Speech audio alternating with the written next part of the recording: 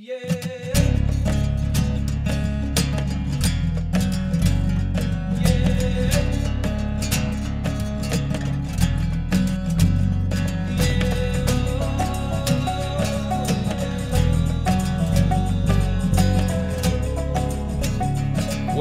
to this week's Into the Wilderness podcast. I am one of your hosts, Daryl Pace, and the man sitting next to me is my brother, Byron Pace. This is show 85 or 86. I've not even looked. We really should have looked. But it doesn't matter. I just can't believe the 80s. We're in the 80s. It's pretty cool. Which means that 100 is not that far away. Yeah, we'll have to do something for the 100th show that's pretty special. I think we'll need to try and bring on an extra special guest, and we're going to work on doing a big giveaway. Giveaway, yeah. We've got more things to give away this week, and the winner of the competition, which ran 2 weeks ago, which was to win a Hornady full-length reloading die. I think, actually, Daryl, you've got the winner there, don't you? So we might as well announce that now if you've got it. I've, in fact, lost it, but I think I've memorized. Okay, I did memorize it correctly. Guy Harrison, congratulations. I think he was actually an email entry. So it does work if you email. Yeah, it does indeed. And if you are a new listener, we give away prizes every 2 weeks on the show. So all you need to do is listen to the start and end, and we tell you how to win these prizes. It's really not that difficult, and we've been giving away prizes for over 2 years now. We have given away a lot of kit. A serious amount of kit. And we've got more stuff to give away on this week's show. We've got, I haven't actually picked it out yet, but I've got a bundle of its cleaning stuff from Tipton. So most of it's brushes that go on the end of your cleaning rods. Now, we gave a whole bunch of Tipton cleaning rods away over the last 12 months. So this is cleaning rod accessories to go with that. And did we decide how people were going to enter that, though? Yeah, so actually we're going to make this one a little bit harder to enter than the usual ones where you just have to tag a friend or something in the post or send us an email. You can still send us an email on this one, by the way. All you need to do is, if you have got a podcast sticker, then take a picture of your vehicle with it on in a cool location or just wherever. Send it in, and the best one wins. That's Simple as that. Simple as that. And if you don't have a podcast sticker, then head over to our website, order one, and we'll get them out to you as soon as possible. Yeah, there's a lot of podcasts out there now. There's a lot of podcast stickers. Yeah. We had some people pick them up over the last two shows that we've been at. We were at the Northern Shooting Show earlier in the year, and last weekend we were at Schoon. Yeah, I can't actually. I was just trying to work out whether it was 2 weekends ago. No, it wasn't. It was last weekend. I cannot believe it was hot. It was. I've never known in my lifetime an extended period of time being this hot in Scotland. We've almost had 8 weeks of it. Yeah, and I'm seriously not complaining. It was verging on too hot for a few things we were doing, and actually the only thing I would complain is that I got my delivery of my bees as this podcast goes out. It was delayed by almost 4 weeks, my delivery, because it was too hot, because they wouldn't bring them up, which is understandable, because I didn't want a hive to arrive with just dead bees, because that would be roasted bees. There has been, right across the country, apart from the wildfires which have been raging up and down the UK, there has been a lot of consequences to the warm weather. I actually saw a video the other day. It was an upland splash and pond that dried up, and there was just strewn with dead gull chicks. Just dead everywhere because there was nothing to eat, no water to drink. So I'm sure the wildlife is thankful for the rain that we had yesterday. Not that it wasn't very much. It wasn't really much at all. I spoke to Steve, a friend of ours he's the head keeper up near Loch Ness, and he actually said they've had rain for the last 2 days. Really? Actual proper rain. Enough to relieve the wildlife anyway, which is good. Before I forget, apologies during this show because Byron was not being very professional and had his phone on probably the loudest setting possible during the show, and we just carried on, and there was no way to edit it out as such. I did get up and take my headset off. He did, but it rang for an awfully long time. And then apologies again for the dogs. If you heard them, we live in the countryside. There's dogs, and they like to let us know when people are here. So, and people arrive very frequently to the office. People do loads of deliveries, and the biggest problem isn't actually the dogs barking; it's them howling. There's a husky, and it's actually the howling of the husky that you can hear. But he's actually the biggest deterrent out of all the dogs because it's just spaniels. Spaniels aren't very threatening, but when you've got a creature that looks like a wolf. But the thing is that he's actually the least dangerous out of all of them. If I had to take on any of the dogs that we have, bear in mind they're all spaniels, I would take on the husky over the spaniels. He is the gentlest dog I think I've ever known. So that was all I had to say about the show, because that was the only little things that were wrong with it today. But just to wrap up on the Game Fair just past, because we kind of got sidetracked there, thank you very much to everybody who came to see us, because we actually had quite a number of podcast listeners from all over Scotland. I mean, it's a big draw, the Game Fair at Scone Palace. So people from all over Scotland and some people from the north of England make the journey. It was a beautiful and marvellous weekend. I think that the ice cream sellers did particularly well. Those selling very hot jackets probably not so. Yeah, but it was so great to see everybody. So it must always be like a catch-22 with those shows, because some people always do better than others depending on the weather. Obviously, if it's pissing with rain like it was last year at the Game Fair, a picture came up and it was just a bog last year, then the welly boot guys and the boots guys do really well. But if it's sunshine, then people don't really want to spend time in the hot tent. But it worked out well. We had our own little space in a kind of new row. We were joined by our friends from Sandgrass Travel, Johnny Stage, who we were in Svalbard with, and we've talked about on this podcast before. He was there. He had his cool black branded up Land Rover parked beside our tent, and I drove my Series 3 109 built in 1972 all the way from my house to the Game Fair to have that parked by our stand as well, and it made it without hiccup. You say all the way, it was 32 miles or something. Yeah, but it felt like an expedition to me. Bearing in mind that our dad's Hilux truck did break down. Didn't even make it there on the day that it was supposed to. Well, it was delayed. We have found the source of the problem. If your Hilux is going into limp mode, then there's a high chance that it's a wiring or a fuse issue. Yep. Well, Dad solved it, but the point is... Because this isn't the first time, this is the third time it's done it, and each time has been either fuse blown, and the source of the fuse blowing was there was a nicked wire that I think was probably being rubbed, and I think it was probably just earthing and tripping everything. I didn't have that problem in my Land Rover. You can fix it with a spoon. Yep, true. So that is that. I have a bit of information for you for the next Game Fair, big Game Fair that's coming up, which is the Game Fair. Actually, it's the very last weekend of July, this month. Yes, it is. Now, regular podcast listeners, if you cast your mind back, we had Charlie Brownlow on the podcast maybe 10 months ago. I haven't actually checked. I really can't remember. It was about that. I think it was this year. It was this year, early this year. To talk about driven shooting and big bag days. That was the main thing that he came to talk about. And on that podcast, we mentioned the fact that his wife is an incredibly talented artist, Claire Brownlow. And we are having Claire on the podcast pretty soon, but probably not before the Game Fair. Now, she is going to be there, and I've got a bit of info for you. She is going to be on stand H914. She has a whole new collection to display. I was rather disappointed when I spoke to her on the phone. She told me that the pike painting that she did, which Daryl and I were both commenting on, it was just absolutely exceptional. Just got sold last week. Yeah, so if you're going for that pike picture, it's gone. But she does, however, have sea trout, fallow, deer, stags, hares, and a whole bunch of other stuff, including what she is particularly well known for, which is a painting of paintings of fighting cock pheasants. Now, I didn't know this, but she actually only does 2 a year to try and keep it unique and special. So they haven't even been displayed yet. So the first 2 for this year are going to be at the Game Fair. So go and check her out, and you can also, if you want to get an idea of the kind of artwork it is, Pheasant Feather Art on Instagram. She has quite a lot of it's a really, really cool Instagram page. But we're going to have her on the show, and possibly, if we can find the time, actually go to the studio. And she did say to me when I spoke to her on the phone that we would get to have a go with the pheasant feathers.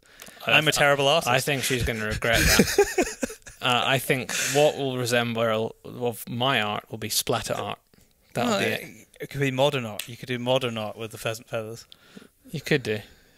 Which is really just any rubbish, right? Yeah, I guess any blotchy. Yeah. And just describe it as a mood. I was going to say something. There was something else that was coming up. Oh, we have finally caught up on orders of Modern Huntsman.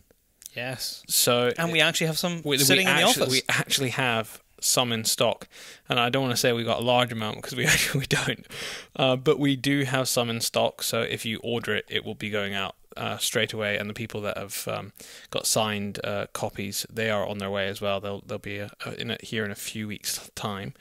And we are taking pre-orders for Volume 2 already. Quite a number of people have been pre-ordering. It's not far away now. It's not far away. Which means I need to pull my finger out because the deadline for the article submissions is the end of this month. Which means there's only 2 or 3 weeks left.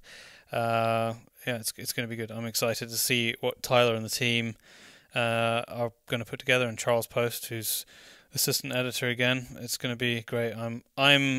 We have a little bit more insight than just your average person on the street because we speak to Tyler a lot. But I'm excited to get the next volume in my hands. Oh, it's going to be so cool. It is going to be great. I just thought something because we're obviously doing a podcast sticker competition, and we've given away some stickers before. We gave away to some on Instagram, mainly to some farmers. We gave some to our American listeners. So this time we're going to keep it, well, it doesn't matter what country you're in, but typically there'll be more here.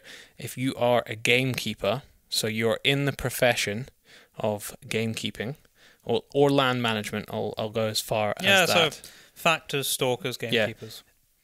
Send us a message on whatever it may be you use, even an email, and we will give you one. We'll send it out. I'm not setting a number on how many we're going to give out, but I know that last time we did this for the American listeners, we had about 20 people about 30 minutes after the podcast went out. So we won't set a number on it, and we will get them out as soon as possible. I know from the local keepers around where I live that most have just taken deliveries of their pheasants for this year. Yes. So if you're driving around the country roads, just keep an eye out. Try your best not to hit any pheasants on the road, especially when they're young and stupid. Once they get a bit older and smarter, they can tend to fend for themselves. But you do need to be careful because there was a road just out the back of me, and it really did look like somebody had deliberately driven along the road, and they killed it was a dozen or 15 birds all in one go. It was in a window of 20 minutes because the gamekeeper had been up and down that road, and he'd been back in 20 minutes. And there was a headlamp broken and 20 birds dead. And that is just somebody driving like an idiot. But you'd think after the first one you slow down. Well, that's the thing. It wasn't 20 in a pile. It was 20 strung out over 200 meters. Dear me. They deserve to have their headline broken. If you want any particular guests on in the coming shows, please just send us an email. We have so many good suggestions of people coming in. And often it's people know. And we've got someone that know this person, blah, blah, blah. Send it in, please, because we will always endeavour to hunt them down and get them on, and bring the shows that you want. Because the show we've got on today is one that we've been meaning to do for quite some time, and it's awesome to get Simon on because we've been meaning to get some more people from the UK on, talking about professions that happen here and old world skills as well. Exactly, and Simon's profession, I guess, from out with the UK is unique and probably non-existent actually outside the UK. So Simon Whitehead, his profession, he does say, did he say he's a rabbit catcher or a rabbiter? I can't remember now. He says he's not a warrener. He's not a warrener. Yeah, he's not a warrener because they actively manage warreners. Bred rabbits. Okay.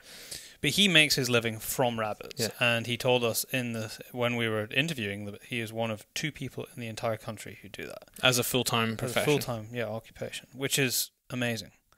And it is proper old-world skills that are, to some extent, dying out. If you're a youngster, because we know there's a lot of youngsters that listen to this podcast, I hope you're fascinated enough to go and check this out. Go onto YouTube and look up ferreting after this, because it is so much fun. Ferrets can be great to keep as a pet and working tool. It's not something I have done a bit of it, but it's not something I really ever got into because there wasn't anyone around us who really did it.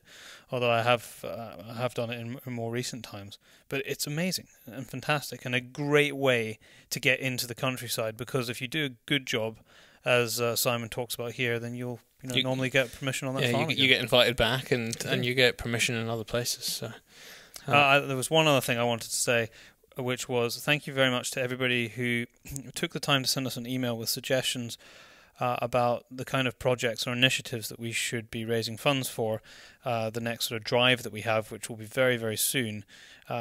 We've had some great suggestions so far, and we're sort of investigating, digging into them, and working out what we could try and fund that is going to make a difference in terms of habitat and species. So at the moment, we're looking. One of the things that I've just been on the phone about this last week is bats. Yeah, and we're going to be doing a podcast on bats at some point, probably before the end of this year as well. That is, I have found the Batman. Bats are cool. Bats are really cool. And that's it, I think. Well, the show is about an hour and a half long, so it's really cool. So this is your commute to work and your commute back today. It is. Enjoy the show. Second, because I got captured by the Yorkshire Gents. Oh, you've been on Rob's podcast. Yeah. I took him out Ferreting twice, and probably the first time he come out, when we did the podcast, we had to do the podcast drying out in the B&B with me slurping tea and eating biscuits.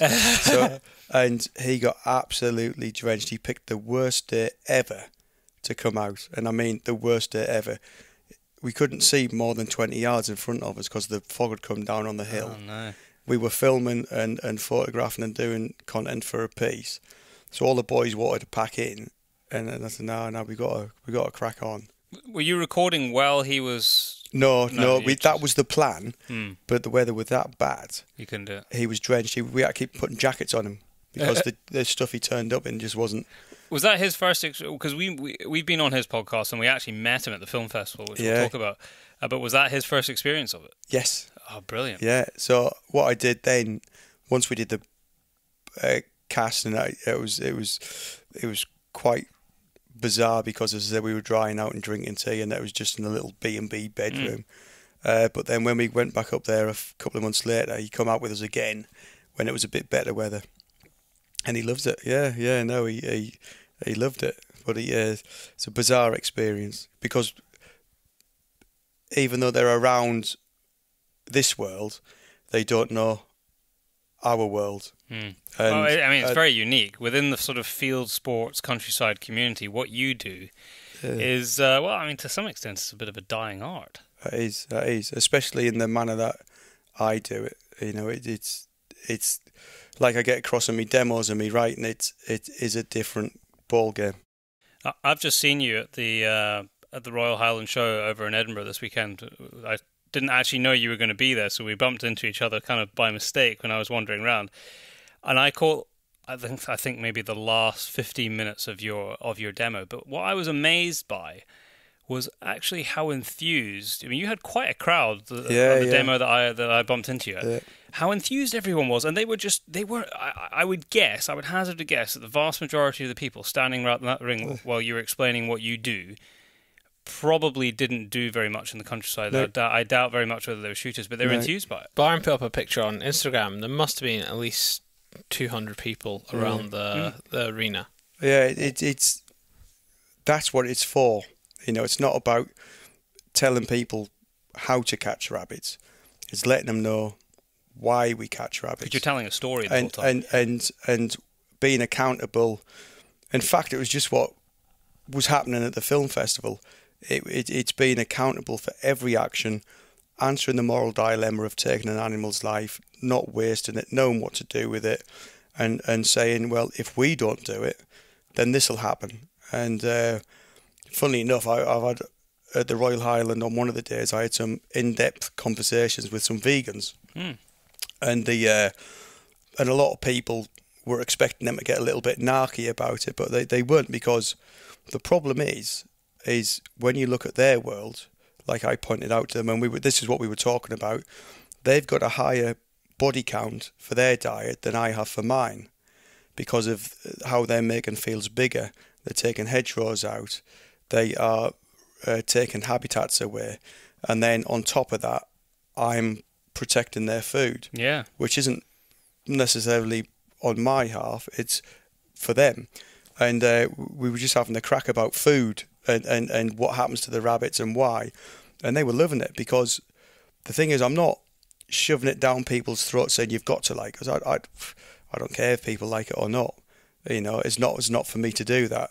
My job in that arena is to let them form an opinion, and then they can do what they want with that opinion. You know, but at least they are given the chance to form an opinion as opposed to being told what to say and think. And I think that's happening a lot nowadays. People are being told what to think, especially with social media, and they should just go out, make your own mind up. Yeah, you have to be given the tools to make your own decision rather than have it forced upon you. Especially for our foreign listeners, because many of them will probably not even know what the hell it is that we're talking about when we say ferreting or rabbiting. Explain what it is that you do. Like your day, apart from being at shows and demoing, your sort of day-to-day job. Basically, my day-to-day job is I am, some people class it as a professional ferreter.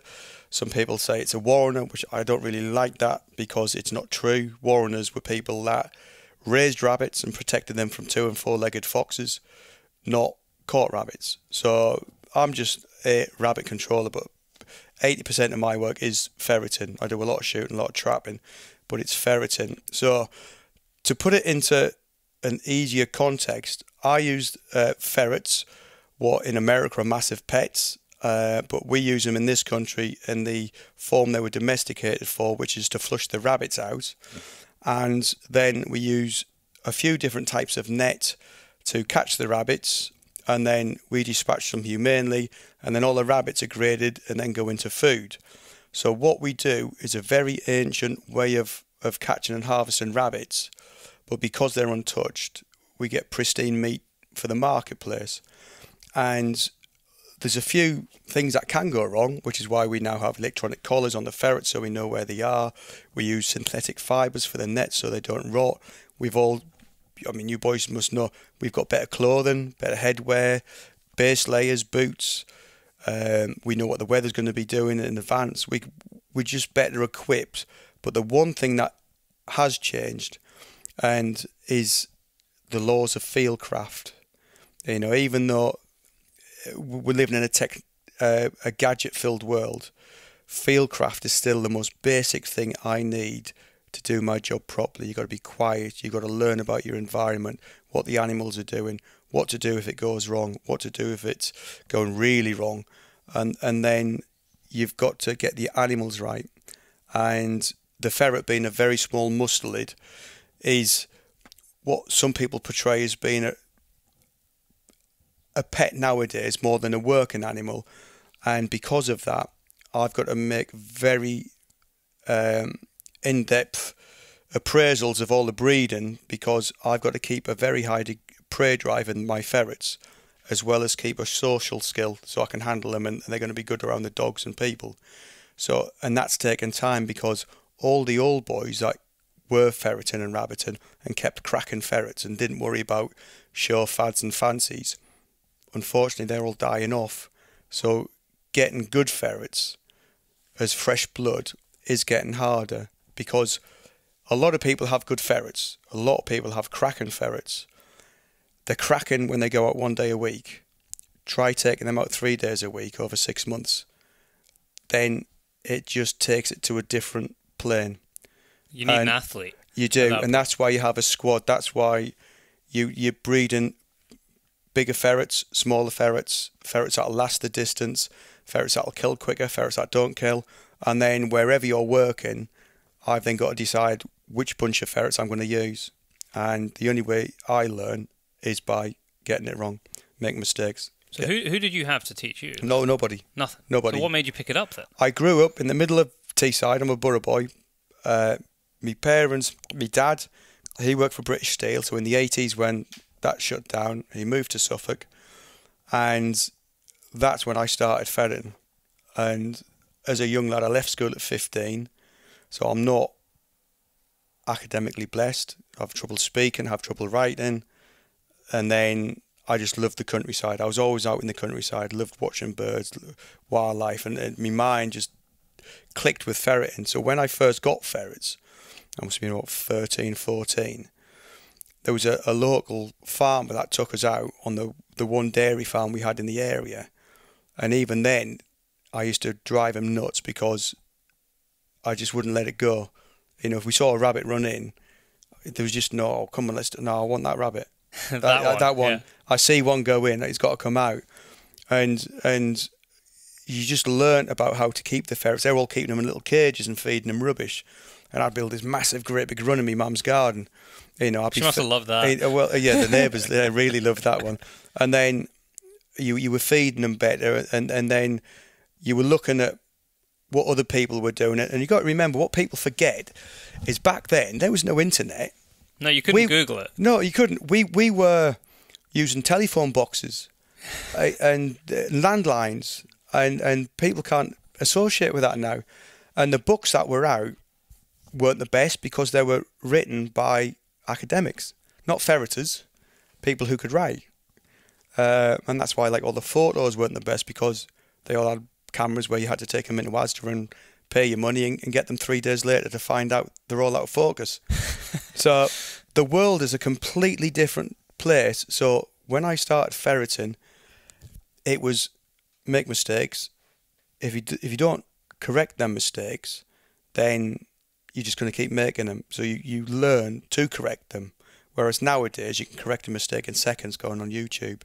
And the problem is with that, a lot of people think they know a subject until you put them under a bit of pressure, and then you realise... Because they haven't developed it, they've learnt it, but haven't necessarily developed it. Yeah, and they haven't got that instinctive gut feeling. Like when sometimes in the winter I don't want to get out of bed, and it's a very dark place because you've got a week from hell. And nobody can associate with that because they all want to... when I grew up, I wanted to catch rabbits for a living. That's all I wanted to do. Even when I worked for other people, all I wanted to do was catch rabbits for a living. And everybody said, "You'll never do it." Yeah, but that's the T side of me. Tell me I can't do something, and you'll do it, and I'm going to do it. And it come to the point where I had to make a decision.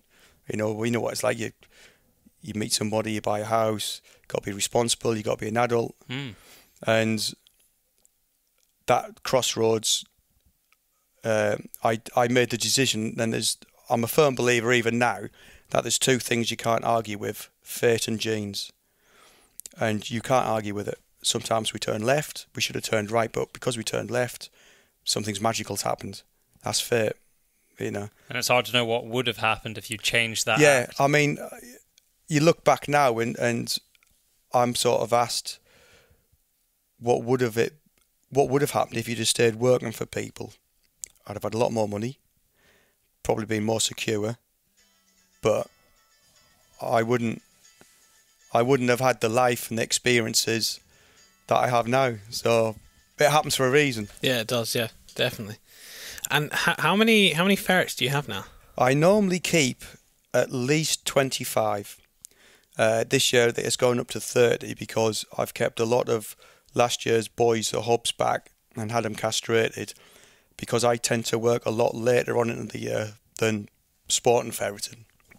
Whereas the sport and ferreting, they don't want to do themselves out of next year's rabbits, which is fair enough.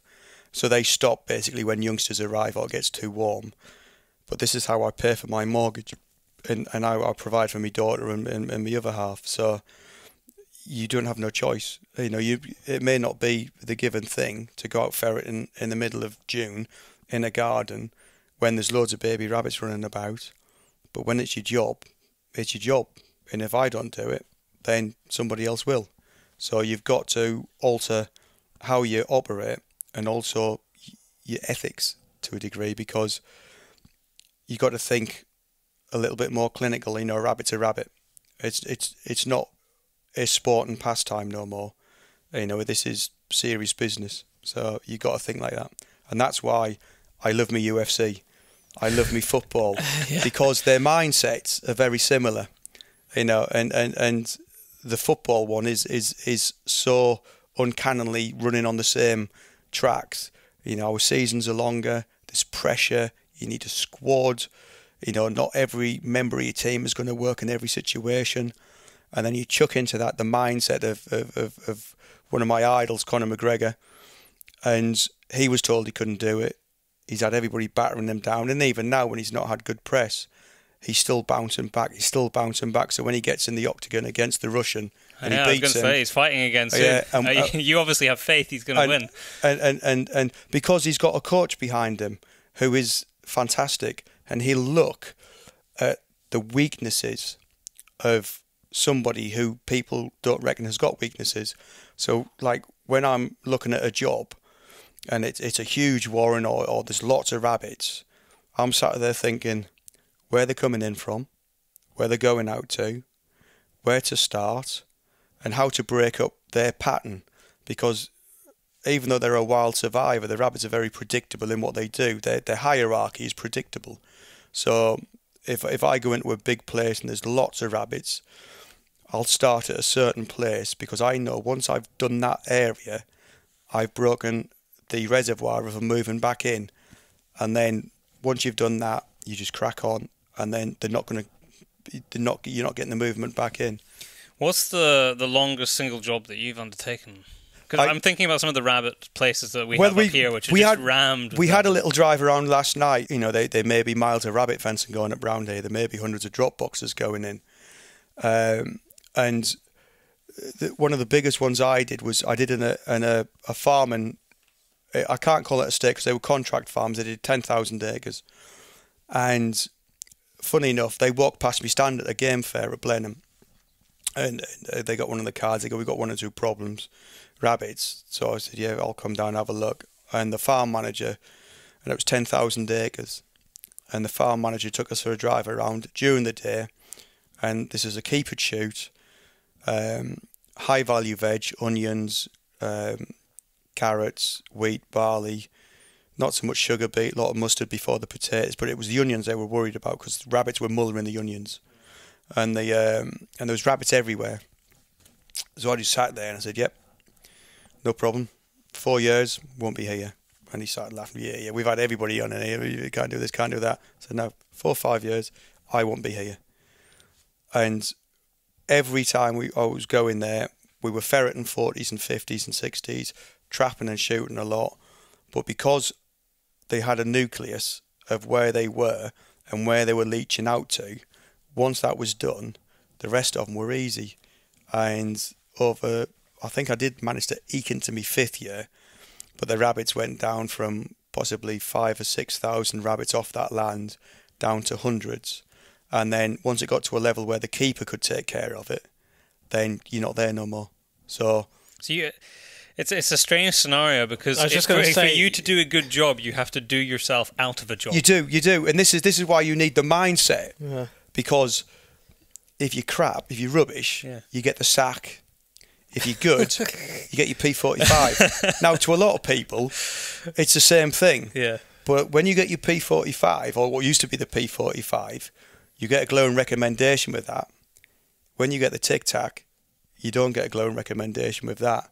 So you're always striving to do your best, because if you do your best and you do a good job, then people will always remember you. So like when I'm at a show, or when I'm poking about at the Suffolk show I did the other week, I saw a gentleman who has a game farm on Aldborough on the Suffolk coast.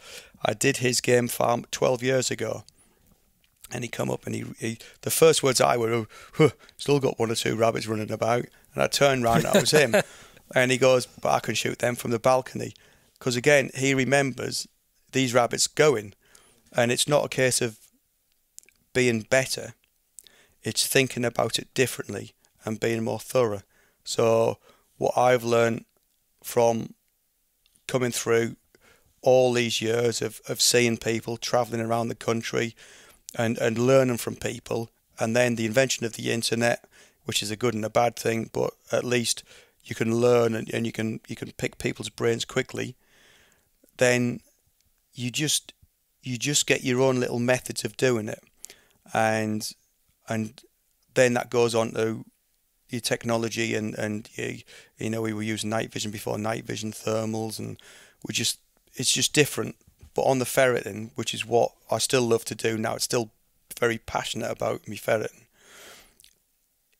It's just the mindset. So if there's one thing that separates me from me 10 years ago, which is a completely different beast, I would say it's the mindset, because you need that will to succeed. It's almost hard to believe that today, in the sort of modern landscape that we live in, that there is still a role for a full-time rabbit culler, which is essentially what you are. You hear the old stories of the old boys back 80 years ago who used to make a living catching, catching rabbits. Or I was actually speaking to somebody just the other day. I think it was the farmer near where I live, and he was talking about an old rabbit catcher, and he had built this house off the savings from. This was actually in New Zealand. And the old rabbit catcher there had bought a farm off the back of the money from catching rabbits. And you kind of think of these as stories that have, away in the past, but there's still a place today for a rabbit catcher. Even now, if you were somewhere where there's lots of rabbits, like just say, for 6 months, I was sucked up from Suffolk, brought up to here, and spat out, you could probably make enough from rabbits to pay for everything.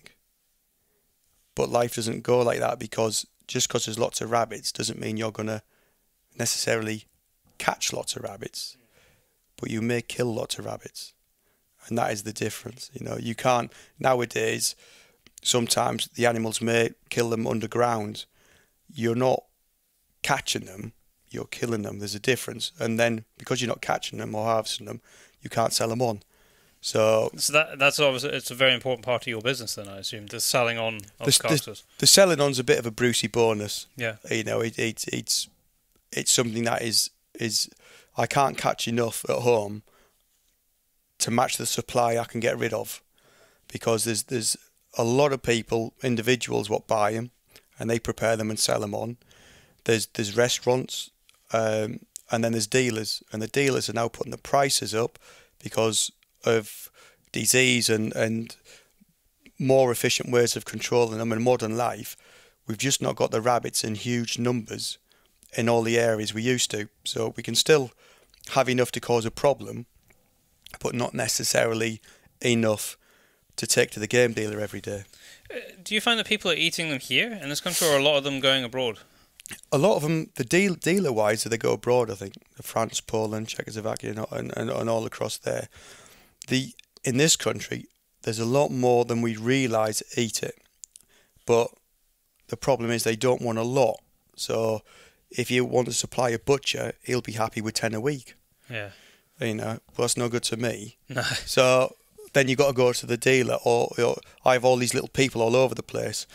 And one of the beauties of social media is if I'm working 60, 70 miles away, the other end of Suffolk, the game dealers know where I am, and I get them all on Twitter messaging me. If you're down in this part, Paul, we'll buy your rabbits off you. Amazing. And then that pulls in work, because recently one of them, he said, the cricket club's got a problem. Well, we'll sort that out. When you sort that out, we'll have your rabbits. So in one way, social media is great for that, because you can just get rid of them, because of how modern life is. The game dealers where we are they've all shut down basically. We've got one very good one, but that's 30 miles away. So you imagine you need a lot of animals to take there and back, just even to pay for it. Yeah. So and that's a problem.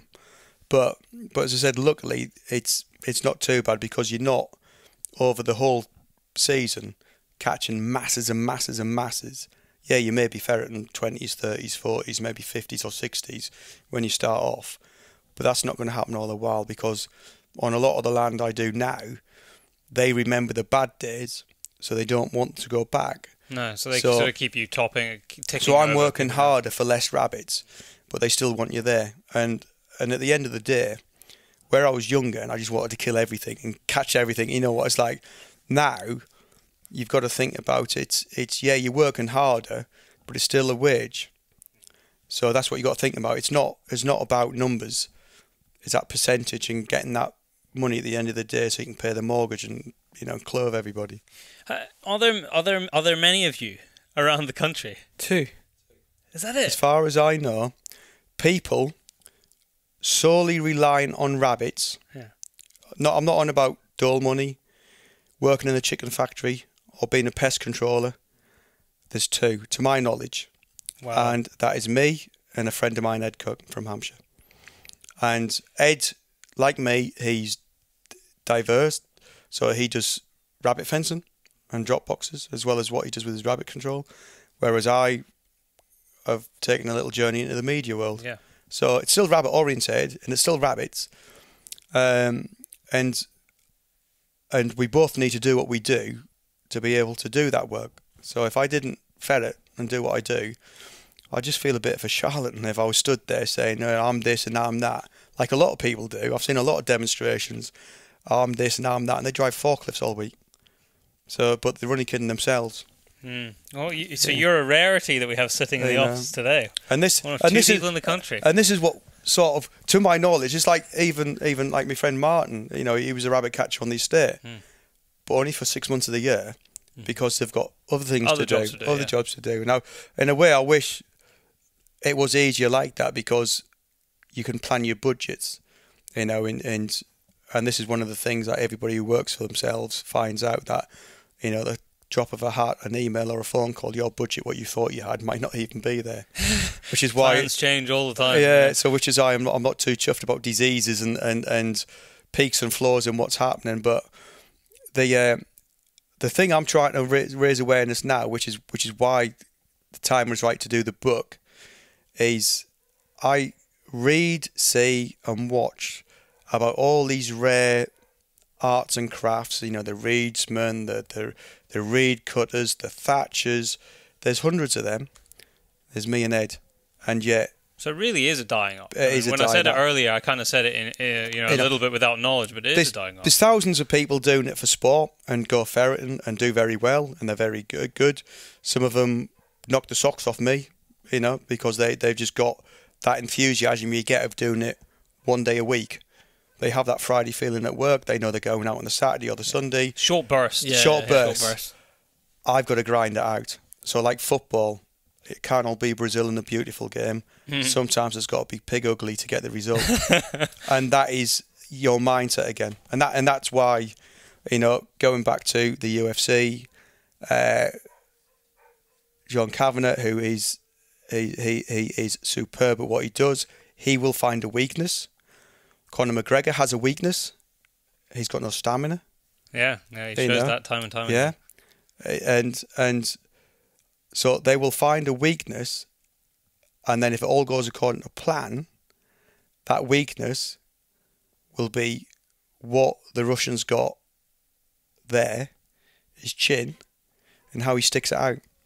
Because if he takes him on his ground game, he's lost. When is that fight? Is it August? No, it's not signed yet, but they reckon it's going to be October time. Because I was wondering if it was going to be soon enough for us to already know the result before the podcast going out. No, it's. I think. Well, in the wilder world, it's not been confirmed, but looking at all the Instagram pictures and the work he's doing with Dillian Dennis and all this, who's a jiu-jitsu champion, he's not doing that just to keep himself ticking over. You know, how my mind works. He's doing that for a reason. So, and Kavanagh keeps dropping all these hints. So I wouldn't be surprised if we're in now in the end of June. I wouldn't be surprised with before July's out. You know, they're either going to do something in Russia, which would be huge. Can you imagine? You know, that would be like Rocky 6. You know, I mean, you imagine the Irish going over to Russia, and you know, McGregor would probably get locked up. He'd be in a stone wall somewhere for 6 months, but. More than likely, it'll be in Vegas, I would imagine, with the Vegas, Vegas, because they can handle it. Yeah. If his court case goes according to plan. Oh yeah, is that all still to come out in the wash?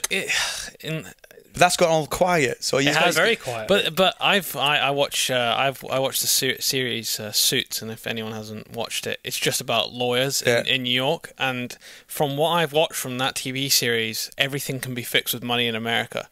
So as long as you're willing to pay someone enough money to go away, and he's got quite a bit of cash. He's got a bit of cash. I think he'll pay everybody. Of what they want that was in the bus at the time. He'll just pay. It may cost him 5 million, 10 million. He's going to get that easy if he fights over there. Yeah. So, well, he just has to do one fight. He'll make it back. Yeah. And in fact, the interest, because how much did he make on the last fight? It was a silly amount. Wasn't it? I wish Rabbiting was at least. there is the dissimilarity with UFC. Yeah, I know. Yeah. The thing is, for for like 100 million or however much it was, I would go in the ring with Floyd Mayweather and take the risk of dying for 100 million. I don't think Mayweather you would die because he's like. I watched that. I was disappointed in that fight, and I watched it because I thought McGregor would go in there. Have you ever watched that? What's his name? The Bellator fighter who's fighting for David Haye.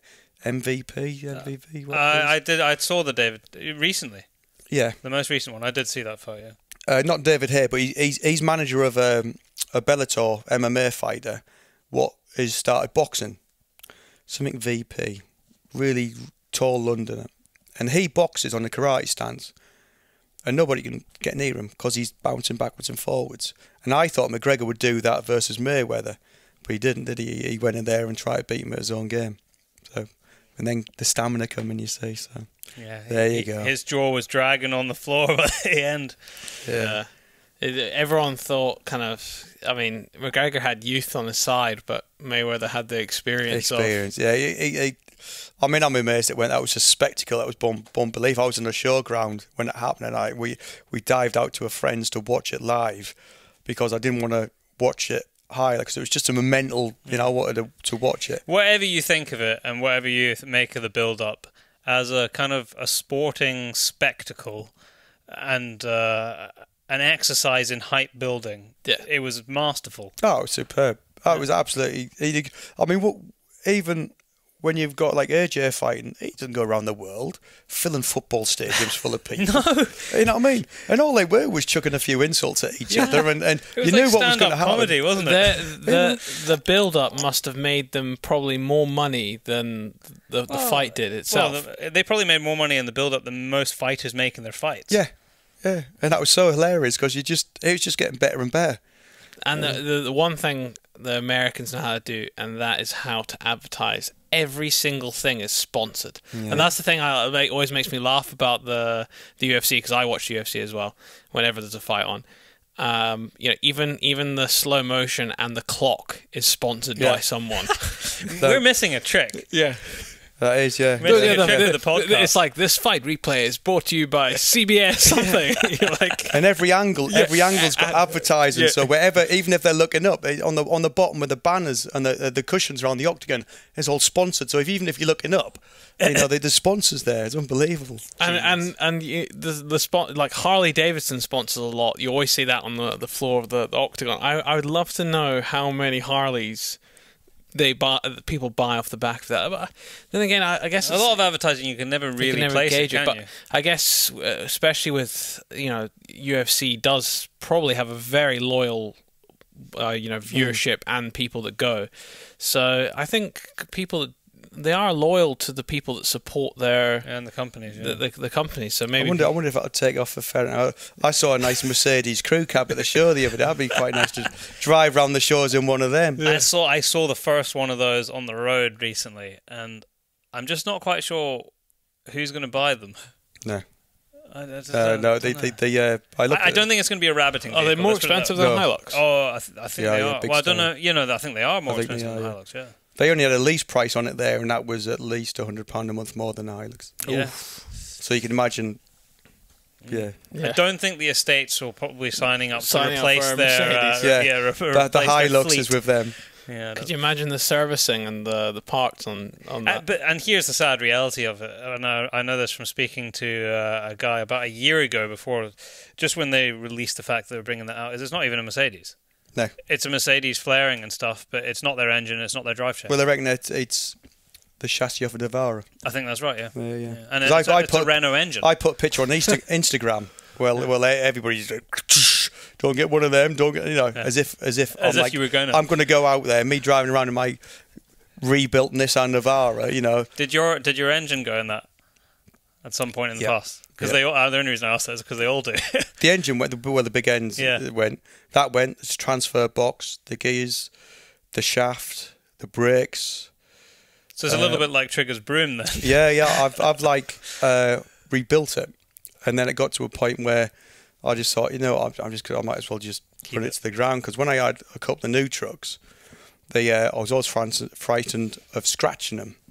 But whereas I'm driving through hedges and I'm driving down alleyways where all the the trees are scratching you. Yeah. Whereas with this thing, you know, until it goes, touch wood. You're not too worried. I'm not too fussed about it, you know, because it gets you from A to B. Yeah. Well, you need a practical vehicle, the kind of stuff that Yeah. you're doing in the places. It's a work vehicle. It is a work vehicle. You can tell that just by the amount of delves on it and the How did you make your crossover from being just full-time rabbit catcher to the journalist angle? Where did that come? Because that's where I knew you from. Yeah, like years ago. I started basically the shows. Again, somebody said you can't do it, and I went to a local agricultural show, the Norfolk show, and there was somebody demonstrating ferreting. Didn't know his right foot from his left, you know. So you thought, I can do that? And I was speaking to somebody, said I can do that, and they all started laughing at me. I'm going to do that. So I went up to the BFSS as it was then. It was Lieutenant Colonel Johnny K something, and that was really the old style school BFSS. So it shows you how long that was. And I said, can I come on your stand and just show me ferrets, let people know what ferrets are? Yeah, brilliant. So I started that and got a few pictures up. And then a few shows said, well, do you fancy doing a little bit of that in the arena? So I said, yeah, I fancy some of that. And again, it was Newmarket Race Day. It was a countryside race day. Unbeknown to me, Channel 4 were live. My first ever demo I ever did was in the parade ring at Newmarket Racecourse, live on Channel 4 Racing. Start big. Leslie Graham come up and she goes, can I pick one of your ferrets up? And I, yeah, this is all on live, been interviewed, done a demo, absolutely bricking it. She picks this big black polecat hob up, half strangling it. And you could tell this ferret weren't happy. It was on live TV, so I had to negotiate and take that offer and just calm it down. And then that was the demos. But I was still working for a pest control company and taking holidays to do stuff. And then, as I said, it come to a stage in my life through other pressures of life, I had to decide what I wanted to do. You know, do you give up on your dreams and follow the safe route? Or do you take a risk and follow your dreams? And look, I've got fantastic other half, Jules. Been together 30 years this year. Wow, that's a rare thing these days. And she is a brick. And she just went, go for it. Give you a couple of years, go for it. If it doesn't work, at least you tried. And then once the shows found out I was doing it, then they all were coming on board.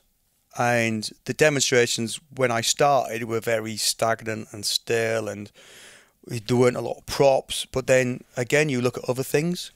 I was looking at other demonstrations using remote control stuff and not bungee ropes. And I thought, oh, yeah, it's got to do that. And then I was looking how people were talking and just how they use body language and go around the ring. And I'd look at comedians and people who could just talk about complete crap, but they'd hold an audience and you'd be engrossed by it. Yeah, it's a skill. You know, and then it just went off on this mad tangent, and then I think it was a Shooting News. No, it must have been the Countryman's Weekly then. So can you do a few articles? And as I said, I hardly went to school, so I started my biggest battle of my life of writing. Because in my mind, I know what I want to say, but my writing was like one sentence and therefore a piece of paper. So that is a whole new skill I've had to learn. And then come the chance to write for who I write for now, the Shooting Times. And again, I just could not pass it up. So I had to raise my game. I had to make sure there was good pictures, good content. But because it's what I do, there's a bit of a foundation to me writing, so it may not necessarily be jolly-ho chaps and all this, or it may not be wax lyrically about fishing on this river and under this moonlight, but reading between the lines is all information, because what you see is what's actually happened. So when we go out and we don't catch as many rabbits as we expected, that is going to be in the article, because people love reading about you're not doing as well as you're doing as well. And that is progressed further to when the chefs want to go out on TV to catch rabbits, I'm there with them. So I've took most of them out. I've been behind the scenes. And one particular experience with one particular chef led me then to start filming. So. Oh, really? So you enjoyed the experience, obviously? No. No, you didn't enjoy it? No, because many years ago, we were going to feed Gordon Ramsay in the F Word restaurant. And the production company, Optimum, come out to do a screen test. So there's a lot of emails going on, and they come out and they arrive in this blacked out space cruiser thing. You know, it's April. I didn't really want to go ferreting, but you want to do it for the profile, for the coverage. And that's what I was laughing about when you put on there about you can do it for your exposure. This is one of the times when exposure would have worked. Yeah. And they come out and they're in shorts and just cameras held together with duct tape. I was like, oh, come on, boys, let's go in the pub and grab a cappuccino. And I opened the laptop up and I said, this is what we're going to do. And they're like looking at each other, all three of them, going, you know, this ain't a bumpkin and bib and braces with baling twine and a ferret dangling out of his duds. You know, he's like, he knows a little bit what we want. So I said, we'll go up there, lights right, sun's coming up, no wind, get the rabbits out, we'll show you what you want. Got some lad here to lay some long nets, we'll do the ferrets. Lovely. Half an hour will be done. And they were like, ooh, a hair's going to come out of these holes. There's no hair's going to come out. Oh, is this? And they just didn't have no clue. So anyway, we did it. And they were asking all questions and that was good. But then they went away and there was all emails and we set a date. And I designed a ferret cam, this night vision ferret cam for them, told them how to do it. I said, you know, and just basically set it up on a plate for them. Being all naive and young, just set it on a plate for them. And then come the night before they were due to come up, they said, no, we're not coming. And I said, oh, that's unfortunate. Why is that? Oh, well, we're going to Kent. So, oh, fair enough then. So I said, well, who do I send me invoice to? What do you mean, what invoice? For all this time was just who'd send invoice. Come, we're not paying that. I said, well, no, come on, you will be paying for it. So I used the Data Protection Act and got them to send me all the information of what they were doing. And they were just getting the information off me, setting up down there. What happened in reality, oh, I now know, because I know the lads that took them out, and they caught 2 rabbits, whereas we would have caught 60. They couldn't feed a restaurant, which was the plan. They struggled to feed his boy. And I'm glad I didn't get to meet Ramsay, because what I know about him now is just that it just wouldn't have clicked, because he comes over all this big intimidating bloke. That's not going to work against a lad from Teesside. So it could have well, been. There you go. It could Behind have been the quite scenes. interesting. But that gave me the bug of, you know what? There's mileage in this. Yeah. You know, and that's why we started little YouTube films of me shooting Times article. I do a little film, and Film festival. Which is the only time you'll see me speechless. Yeah. So do you do? You don't do a film for every article in the Shooting Times, do you? Mainly, yeah. What, every week? No, I do an article once a month. Okay, you're not, so Shooting Times is a weekly publication, but you do. Yeah, I do it once a month. Yeah. Yeah. So what I try and do, I haven't done for the last 2 because we've been around the country, but what I try and like to do is do a piece of what I'm doing. I can get the pictures sorted out, and I'm blessed with some great photographers around me, and then I'll do some filming. Mm-hmm. And the problems we were finding was you start off with your GoPro, nice little camera, put it on a tripod, as you boys probably find out, and then you look at it and you go, I'm not happy with that.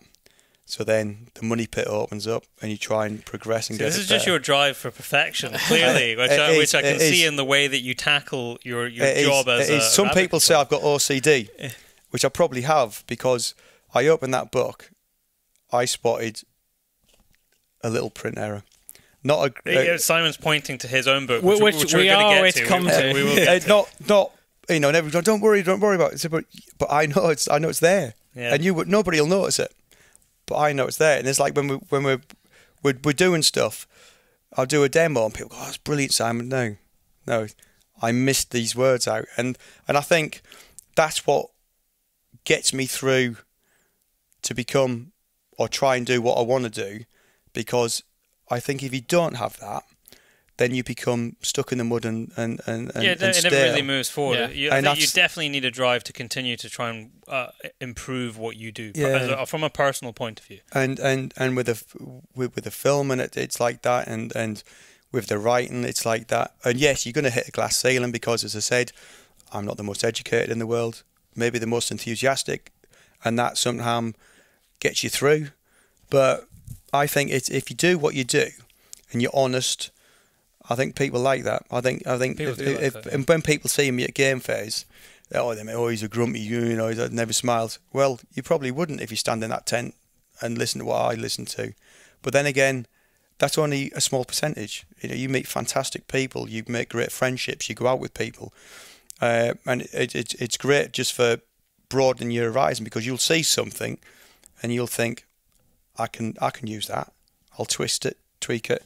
And so it's a great kaleidoscope of everything in society and sports and everything else, and it just helps you get along. So yeah, it's different.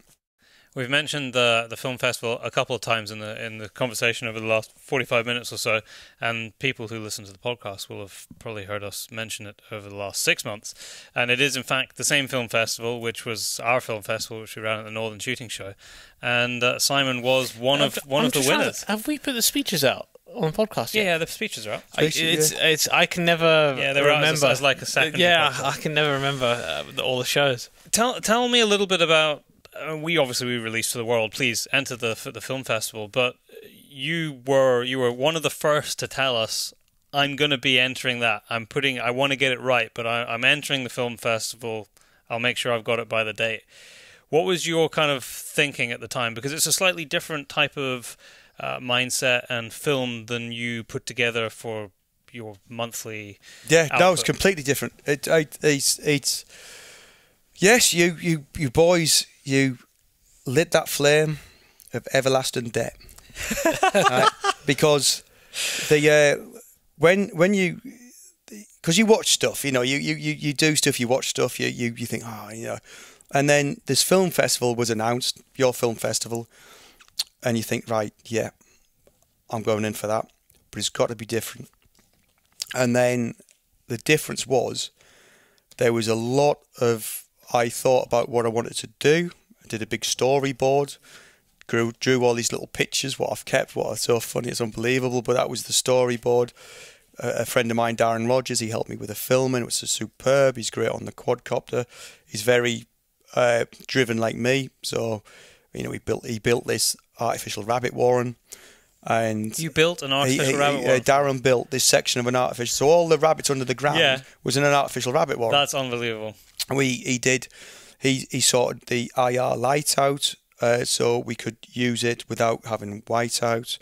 We put these 3 cameras on and did that. And all the rabbits that went through that, they were then released on his farm, because I'm been repopulating the rabbits on his farm because they've died back.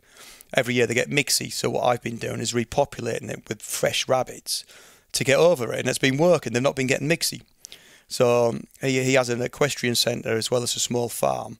So it's not a crop farm. It's an equestrian centre. It's a beautiful place. There you go. There's management in its best form right there. You recognise that the rabbit numbers have been in obviously very bad decline, and now you're repopulating an area. I've been learning a lot, and when I did the research on this RHD, I'm gonna go along this autumn to learn and to teach people how to re-establish rabbits in areas where they've not been for years, because I recognise how to do it. It's simple. It's simple. But what you've got to do is just get the right rabbits in the right environment, and then the rest will happen.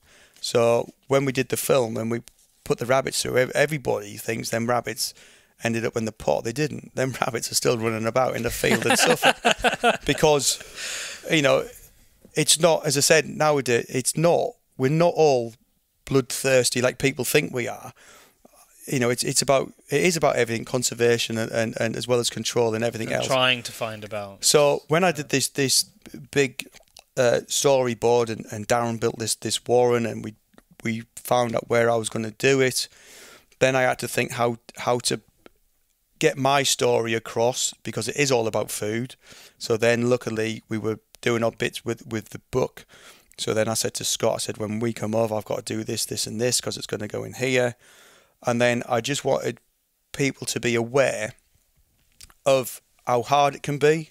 You know, the stories I could tell you about depression and anxiety is unbelievable. But you need to go through them dark places to get to the good places. So when we were doing this film, we filmed it all, and it didn't quite go according to plan because our ones are very deep and I wanted more action. And then when I sat back and I spoke to somebody, I then realised it's not the story of the film isn't, and it shouldn't be about the amount of rabbits. It's got to be about why and where they go. So we changed it.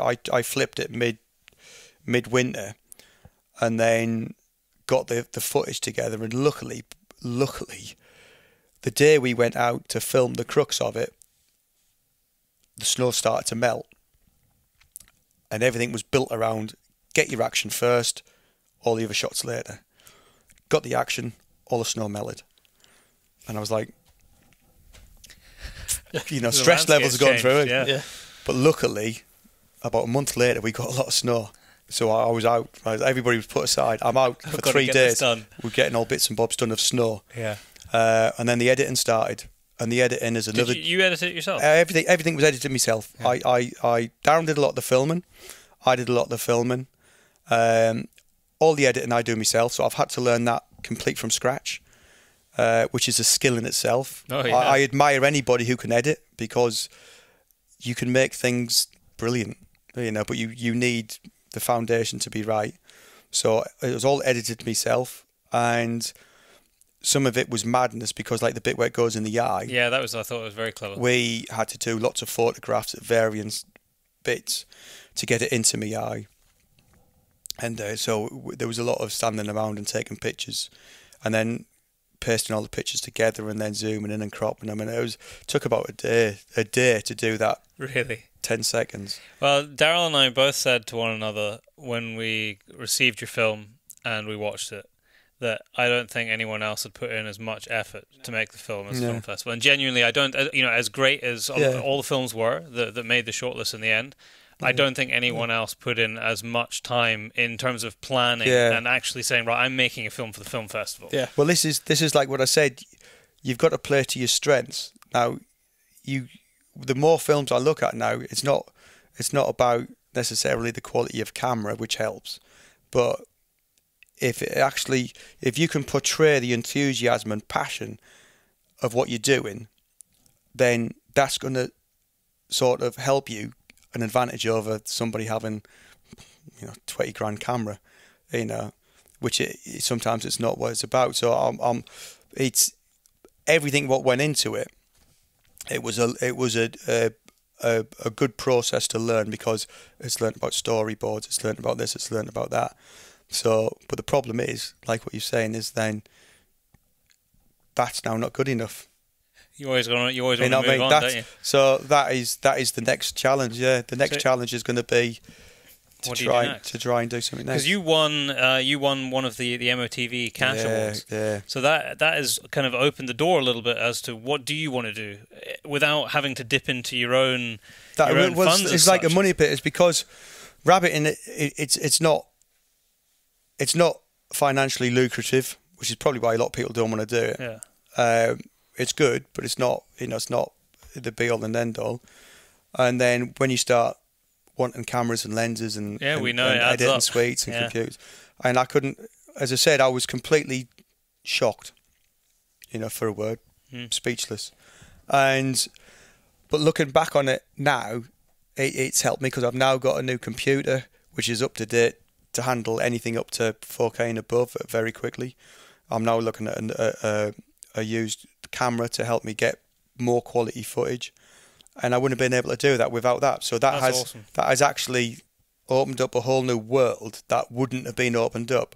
I'd have still been struggling on an old computer, which to a normal person is fantastic. Yeah, but we know you need a decent computer if you want to edit footage without Well, I mean, it takes about 10 times as long. Yeah. That's the problem. Yeah. Is it burns time if you don't have fast software. And you can't get the transitions right, and it's just that's awesome that you've said that, because I mean that was the purpose of it. Yeah, it was the whole purpose of that series of awards. Because when that was announced, I like shit. You know what I mean? All these professional companies are coming in now, because it's not just, I mean, I was going in for it, aiming to be shortlisted, right? That was my aim. Just, if you can get some recognition and shortlisted, over the moon, mission accomplished. And when you see the quality and the people and everything else, what, you know, are gone in, and once a lucrative prize is announced, it's human nature to push a bit more, you know. But by that time, my film was already in. So, you know, I'm glad in a way I didn't have another month to muck about with it, which I would have done. Yeah.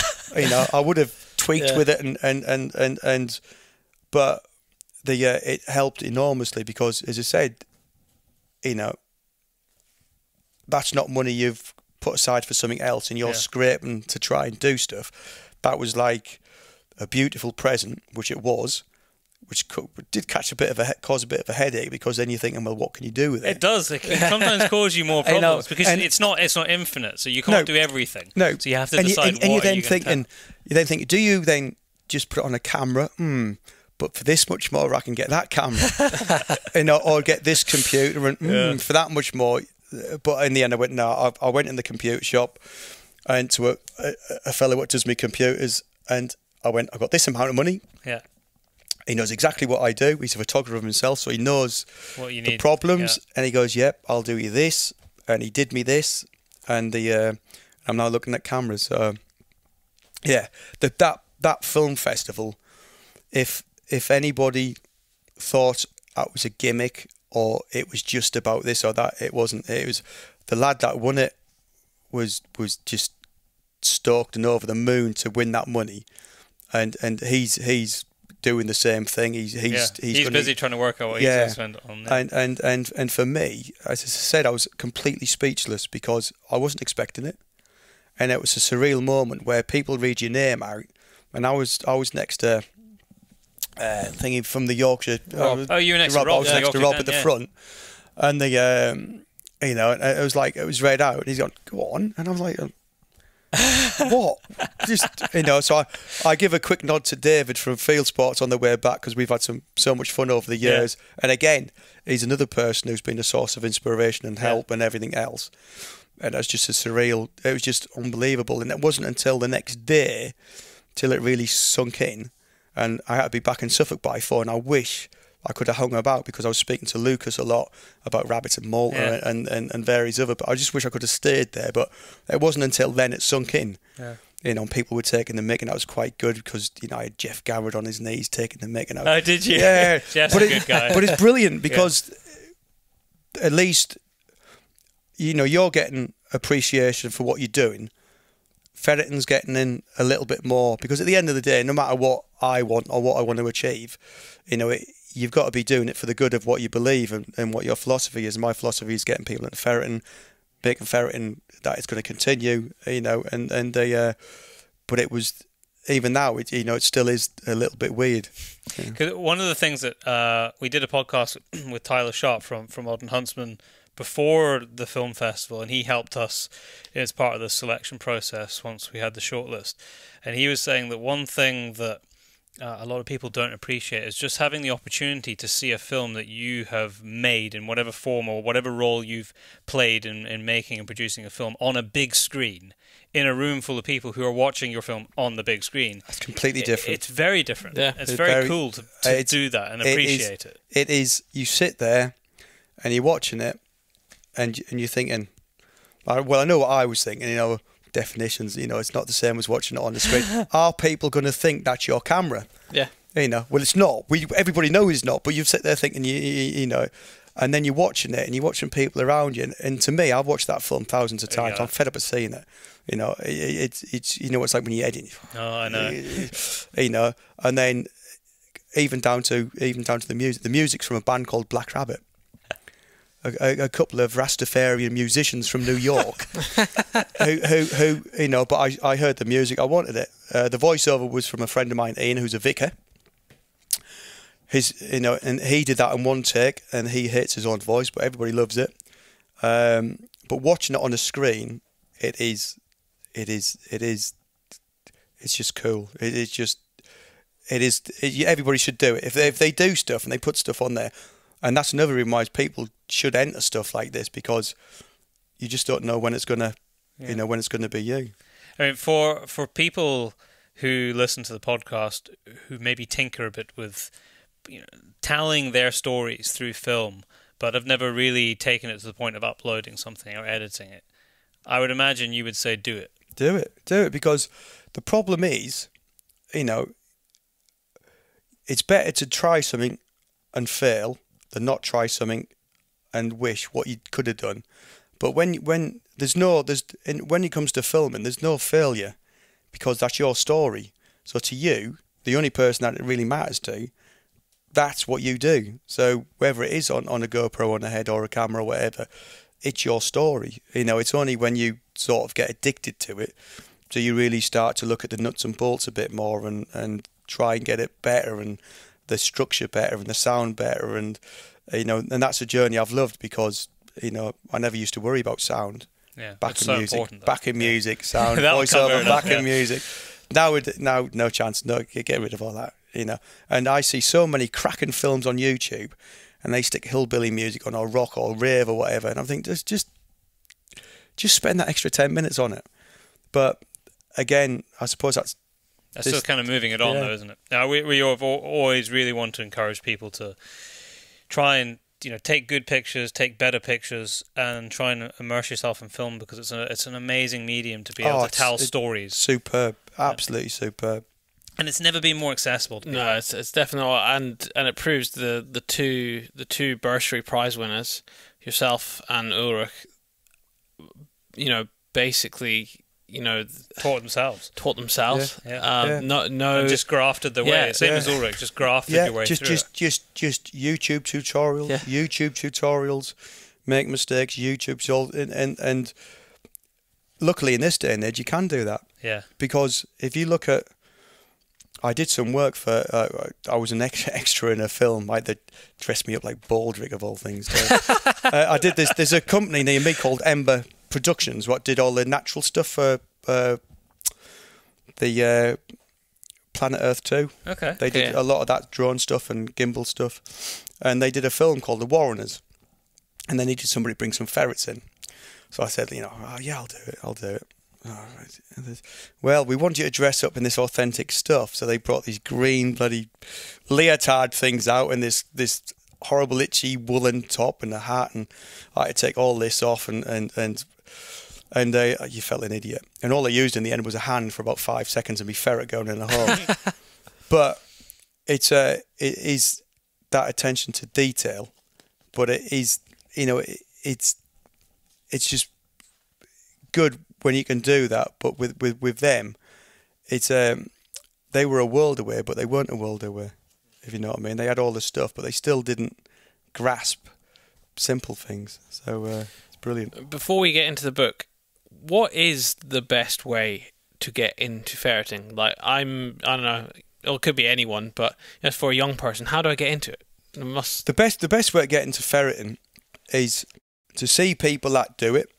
Now, in this day and age, a lot of people fight shy of taking complete strangers out because they've been bitten before. They take them out, and then before you know it, they're going on behind the backs and asking to go on the land. But the majority of people will take people out. I mean, I take a fair few people. I take more people out than people realise, just to give them a head start and get them to learn. You know, join these countryside organisations like Sax, Basque, CA, whatever. Go to game shops, go to game fairs, country shows. There's always somebody somewhere that knows somebody that goes ferreting. And it's the age-old thing. If you're prepared to start at the bottom, get wet, dirty, dig, learn of stuff, you'll get the rewards, because, you know, a lot of people even now are saying, oh, well, there's not the rabbits about. Well, maybe not in certain areas, but there's still a lot of rabbits about. Oh, I can't get permission. Well, I can tell you now, they must be doing something wrong, because everybody I speak to You know, if you're responsible with what you're doing and you get the results, the land just opens up for you.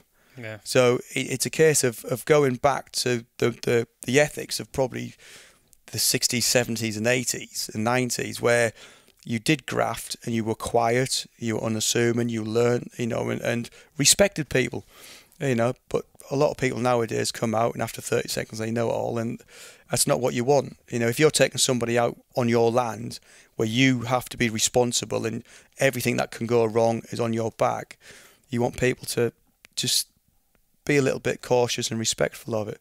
So yeah, just go see, even write into magazines. There's always somebody somewhere willing to take people out. As a hobby, how expensive is it to start? You know, I've been with someone now. I want to now begin. What equipment do I need, and how much is it going to cost me? Getting a few ferrets is being money, and basically, you know, monetary values. Hutches, again, very simple and easy to build. The expense comes when it comes to your equipment and how expansive you want to get. I always advocate anybody that works a ferret puts a ferret finder on its neck. They're not cheap. They're like £120, £120 each. You know, the finder's another £100. So it's a couple of £100 just to find your ferret. Your nets can be, you know, £3-4 each. Your long nets can be £100, £150. Your boxes can be like 20 or 30. So you're probably looking for a little kit at about £300-400. And that's why this year at the game fair, I'm holding a big competition, and we've got a complete ferreting kit worth £1,200. Wow. And we're giving it away for free. And all they've got to do is come on the pugs and drummers stand, put their name and telephone number in my tablet, and then on the Sunday we're going to draw it free on live. Is this on this game fair at Ragley? Ragley. Okay, yeah. On at Ragley. So there's this big. So I've called in all favours from everybody, from clothing to boots to boxes to books to long nets to spades to knives, everything, complete package. And I hope a kid wins it. Yeah. You know what I mean? Because it's a lot of money. You know, it's about 1,100-1,200 quid's worth, and I would like it to go to somebody that would really appreciate it, like I appreciated the money from the film festival. You know, because it's a big prize. It's never been done before. It's a big prize, and that's because it's the 60th anniversary of the game fair, 10th anniversary of the pugs and drummers. So we thought, yeah, no, why not? So luckily, everybody who I spoke to said, yeah, what do you want? That was brilliant. That's great. You know? So if you're going to be at the game fair, Come go on, and look it up. You need to go and enter. Yeah. Especially if you're a youngster. Yeah, because it's going to be brilliant. Yeah. What a great start that would be. Do you have many people wanting to purchase your ferrets, or do you sell many of yours? Yeah, all the while. You wouldn't believe what my messenger's like. I don't sell ferrets. They are your ferrets. They are my ferrets. I breed my ferrets. I give my ferrets away.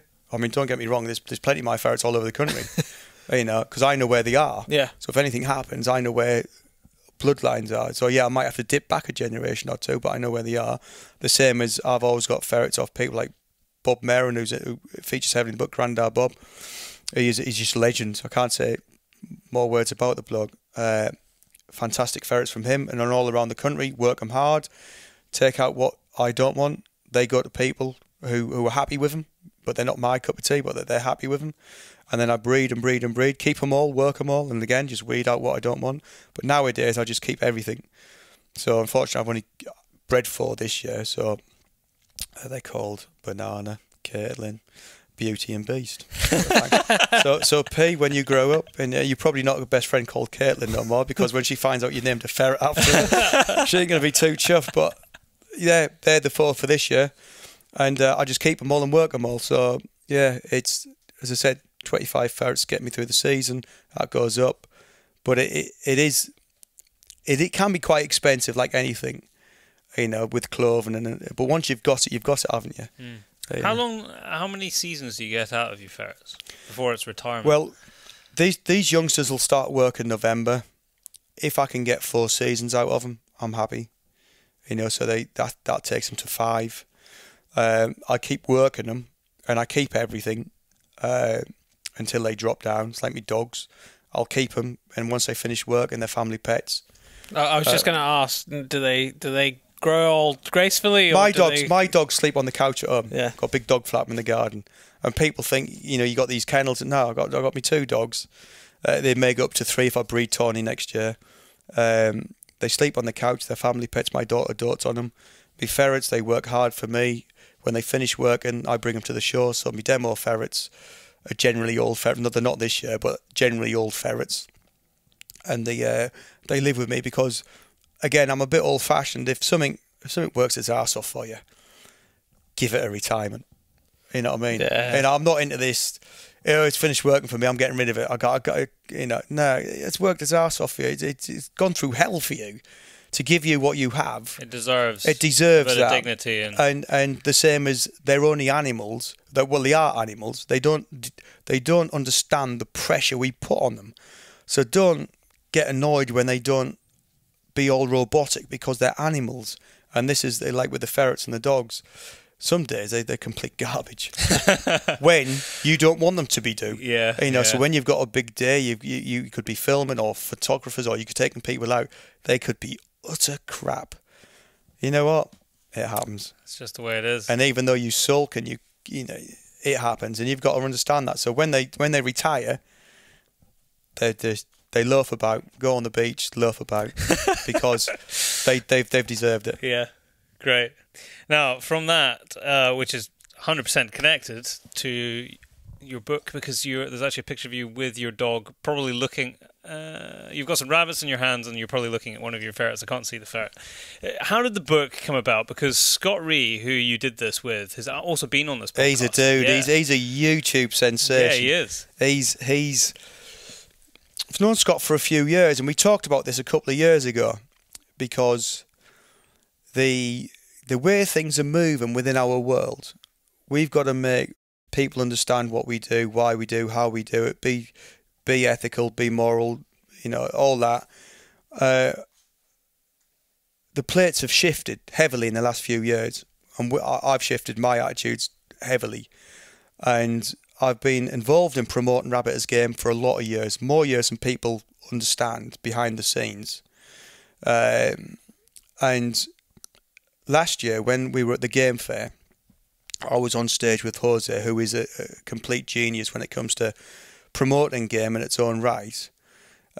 When I come off, there was a lot of people come up to me and sort of said, that's got to go down in a book, because what you've just done, just by talking about what you do, you're bringing a subject from the earth up, whereas before everybody's done it from the restaurant down.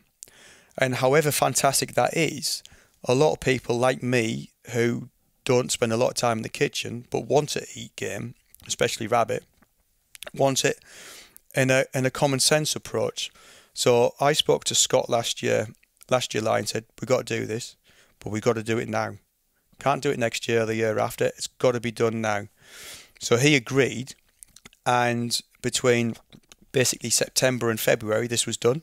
It's such a short time frame to pull something off like that. I did a lot of research into the history, little quirky facts about rabbits, and again, just getting back to what my mindset is like, I wasn't happy with certain things, so I delved deeper and deeper and deeper. We sorted the pictures out. We went over every rabbit in that book, every rabbit in that recipe and butchery I caught with my own hands. So I went over to Scott's with a car full of rabbits. And Andy, who's produced and pictured the book, has done a superb job. Everything, the team involved with this, and it wasn't all straightforward. There's a lot of arguments and a lot of stress. We're not happy with this, we're not happy with that. I wasn't happy with the front cover. They said, well, you're not picking the front cover. I said, well, no, I'm not picking the front. I'm not happy with it. It's not going out till I'm happy. And there was all this bouncing about of these creative minds, and it just worked perfectly, because I now know the colour of the front cover is right.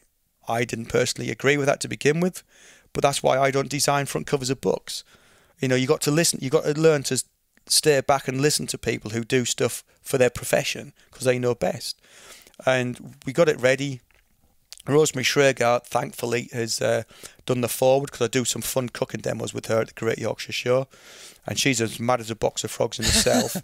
And we just hit it off. And the reason we did it is to put in the right way why I control rabbits and harvest rabbits, and why people have done it from year dot.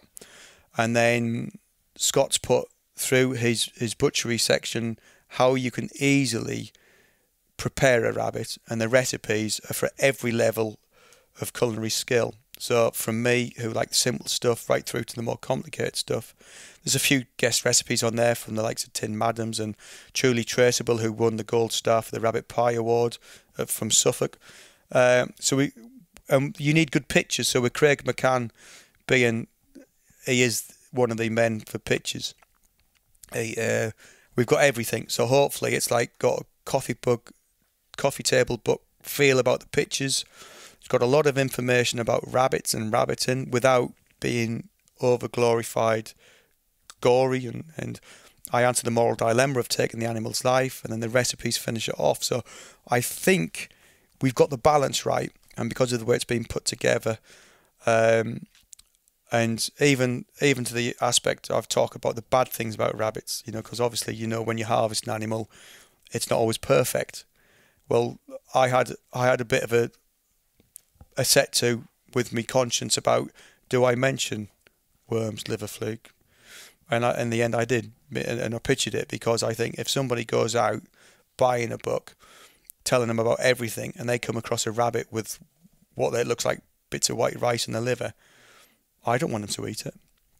So morally I thought it was right to say Give that. the whole picture. Whereas a lot of books, venison books, game bird books, they don't mention the bad things. It's just the perfect It's the perfect result, thing. yeah. And I think you've got to learn about everything. So between me and Scott and Andy and the rest of them that were involved in the project, I think we may have got it right.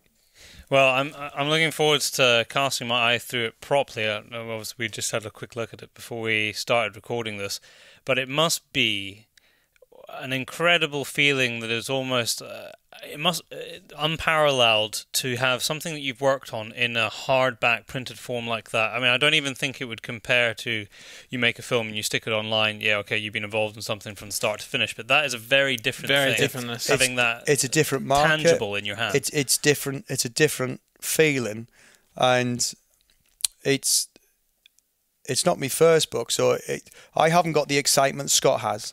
Scott is mega excited. Scott is like floating on gas, and I'm like pulling him down, saying, "You realise you've got 3 days of being pulled and pinched at the game fair. Oh, I can handle that." Well, we'll see, because it's a different mindset when you're tired, and people are going to knock it, and I don't blame them, because everybody can do better. But you know what Conor McGregor said?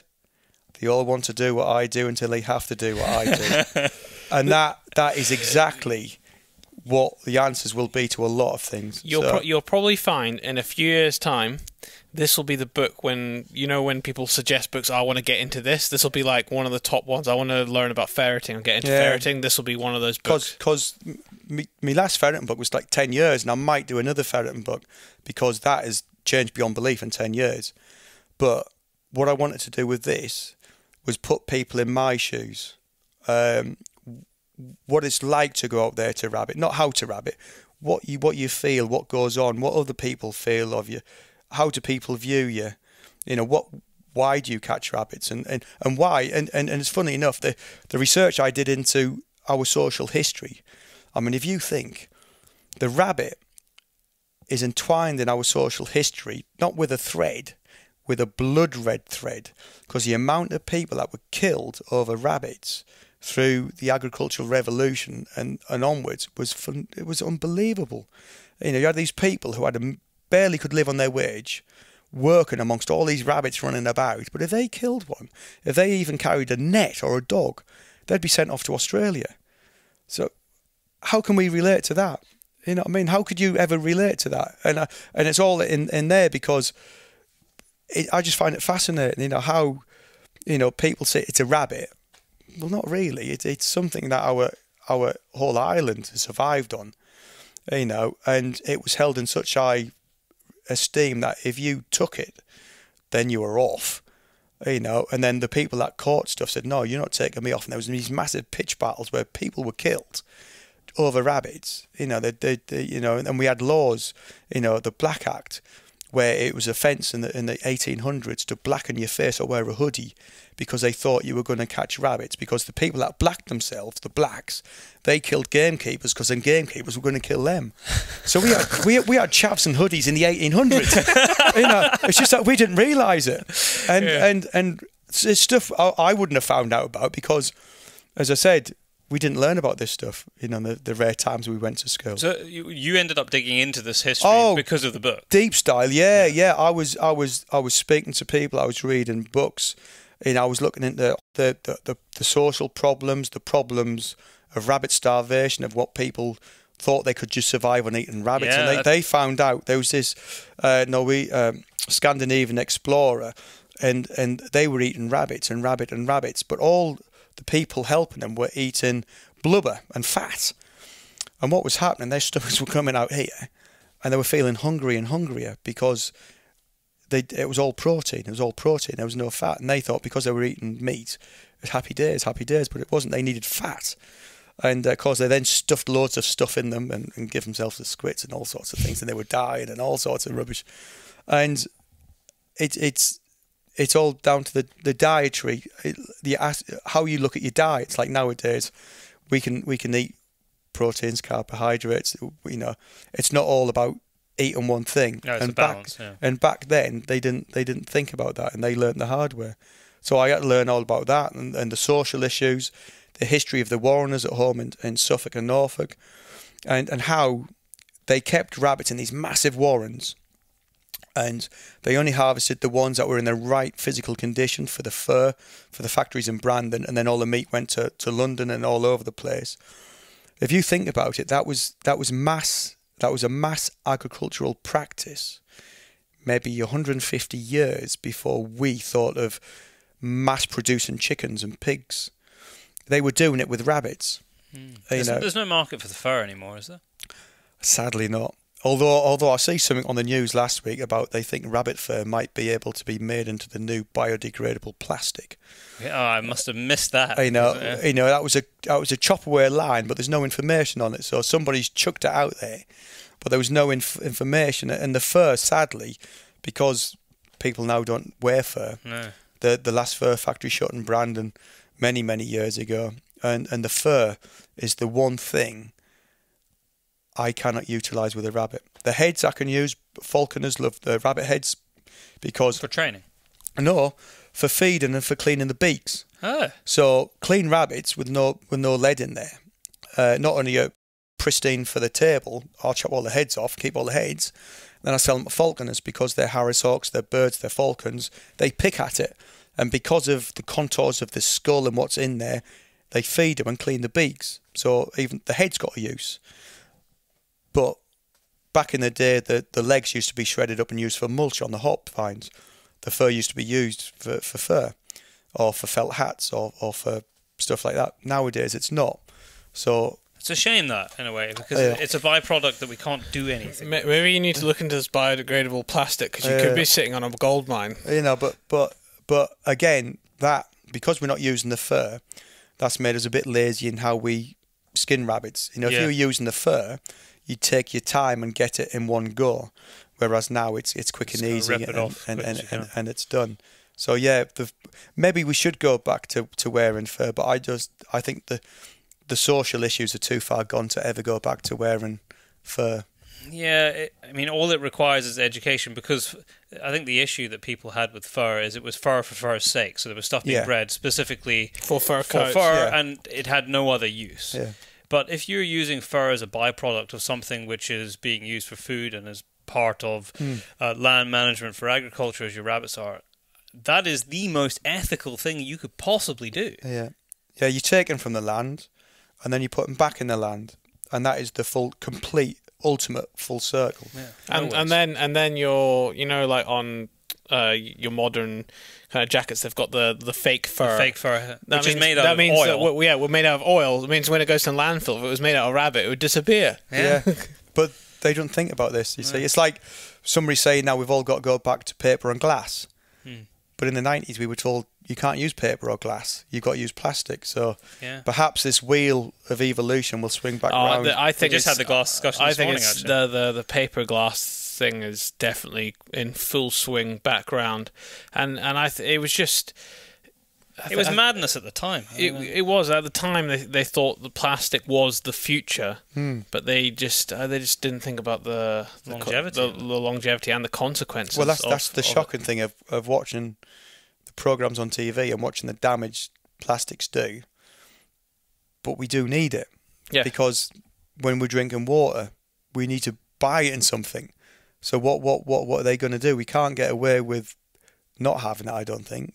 I think it's just, I think what that requires is a more responsible attitude to what we do with the waste. Yeah. And if everybody is genuinely recycling it, then there's probably no problem. Yeah. The issue comes in certain parts of the world, and even here in the UK. Until very, very recently, there hasn't been much of a recycling culture. I know what it's like.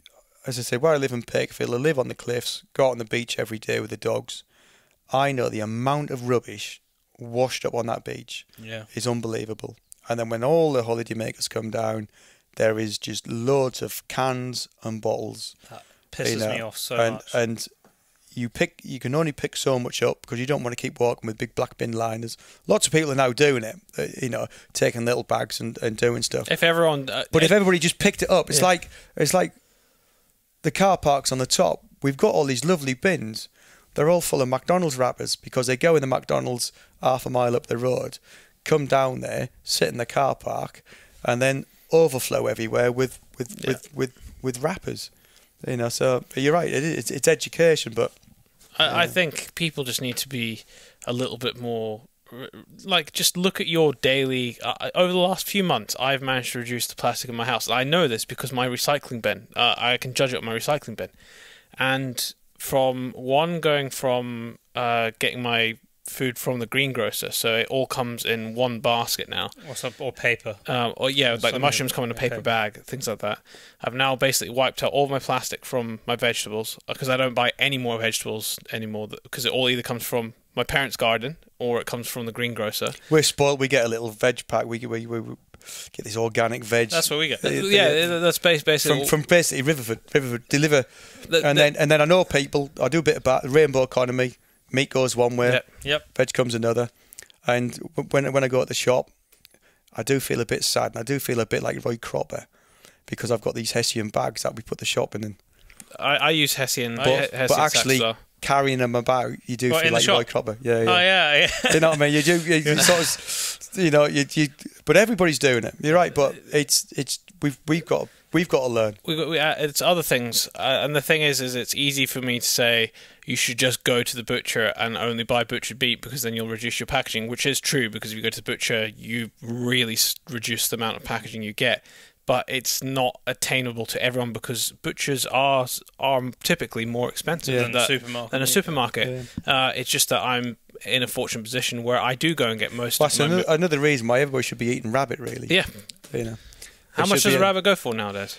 Well, it depends which part of the country you are. Because if you got an oven-ready rabbit, say in Suffolk from a butcher, if it was in North Suffolk, you'd be paying £2.50. If you go down to Southwold or Aldborough, you're probably paying £3.50, £4. Go to the Peak District, you're probably paying £7.50. What? Wow. Go into London, you could be paying as much as £12. What, for an one oven-ready rabbit? The Peak District, a good friend of mine, Sean, he lives just on the outskirts of the Peak District.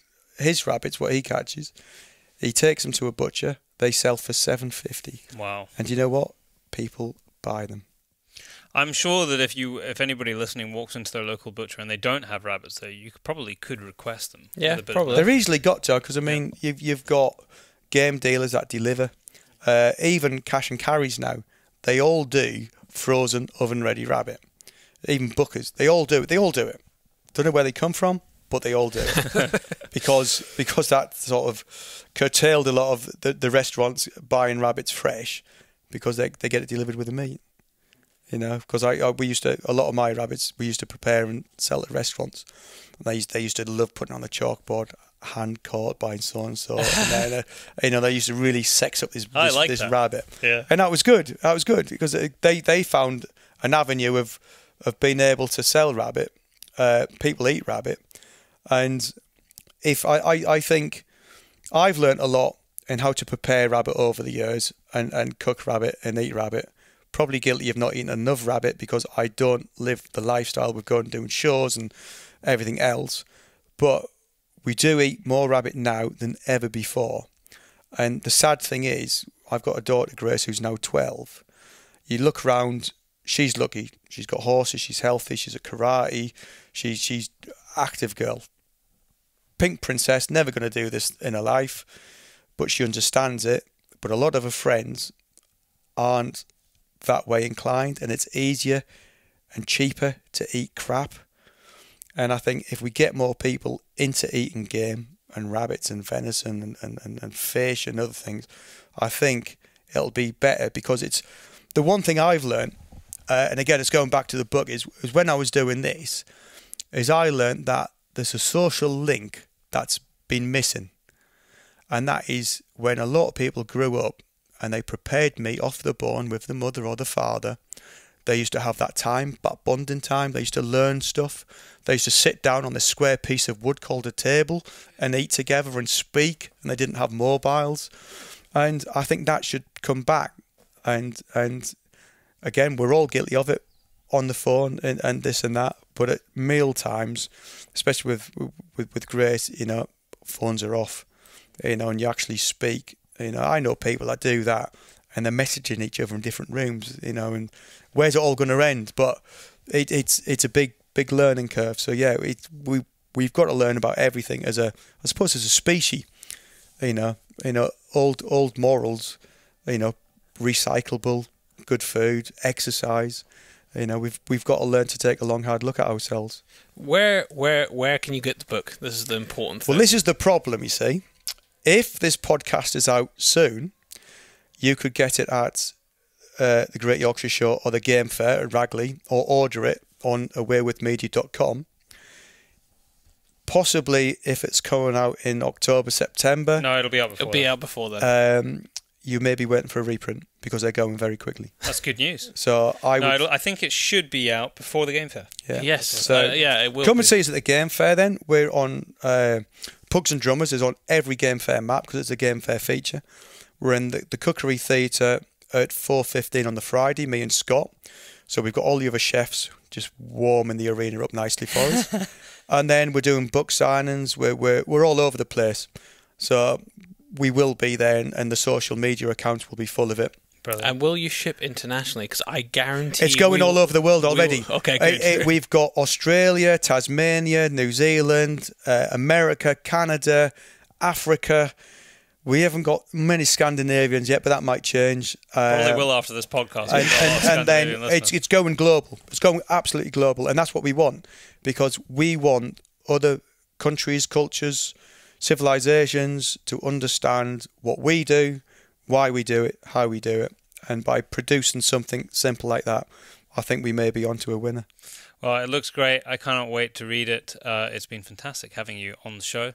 And I'm looking forward to trying to see a full one of your demonstrations this weekend at the Game Fair at Scone Palace. That should be good. Which won't be this weekend when the show comes out. Oh, it won't be this weekend. No, sorry. It's this weekend for me now, as I'm sitting here recording this. No, but it'll be great to be there, and we, I think, are not going to be too far away from each other, and we actually have our own stand this year. So. Scone's great. I did it for the first time last year for a lot of years, and it is just friendly and welcoming. It's a great show. I know, and that's you don't realise as a demonstrator how much that means and how much that relaxes everybody. So I'm looking forward to doing it. The voice isn't, because it's took a bit of a hammering. Maybe you'll need to leave a ferret with us at our tent for people to come and look at. Yeah, we could do that. We could do a little ferret exchange, drag people in. Yeah. It's been great to have you on, Simon. Brilliant. It's been a pleasure. Thank you very much for listening to the show. Join us again in 2 weeks' time. I believe we will be bringing out an interim show at some point. It might not be in the next 2 weeks, but it'll be at some point. I haven't actually listened to the debate yet from Scone, so I don't know what the audio is like, so it will all depend on how how good the audio actually is, because we won't put it out unless it's good. But the next full podcast is going to be the last podcast that I recorded while in New Zealand. Which I've not listened to either, so I'll be excited to edit that. The show is always out every 2 weeks. We endeavour never to be late. We've been late, I think, very rarely. I think twice, and I think if you are a regular listener, which a lot of you are, you'll know that the first time was because we were on Sky with no internet, and I think the second time we were travelling somewhere. I think we were either travelling or my leg was falling off. In fact, even during that time period that I was really ill, we managed to get the show out. Yep, that's quite incredible that we managed to keep it going. Considering how incapacitated you were. Yeah. Well, my mouth still works. But my arm didn't. I tried typing with a cast on. It was really hard. Not easy. No. Don't forget to enter our competition for this week's show, which is to win a bundle of Tipton cleaning gear. Most of it is related to the Tipton cleaning rods, which we've given away over the last 12 months. You'll be able to check out our social media in the next day or two, and you'll see a picture with all the stuff that we're going to give away. In fact, I forgot to mention at the very start that along with that, we're going to throw in a Hornady cap as well. There we go, some Hornady caps. Don't forget, you can listen to the show on all of the usual ways. You can download podcasts: Spotify, Stitcher, SoundCloud, Podbean, Podcast Addict.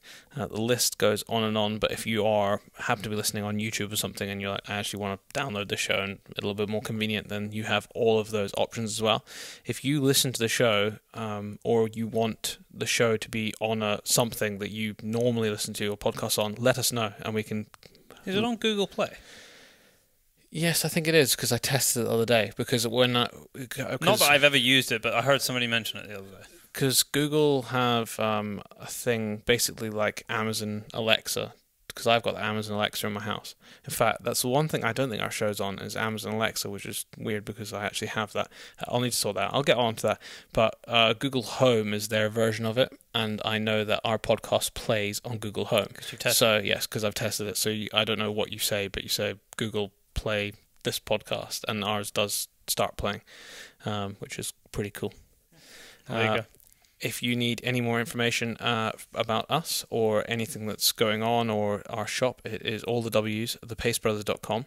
And don't forget to find us on Instagram, because we are very active on Instagram, and that's where all of the latest stuff is. All of the pictures go on there, but incidentally, it's actually become a little bit more intuitive with the sharing to Facebook. So our Pace Brothers page. It's very confusing, all of our pages, actually.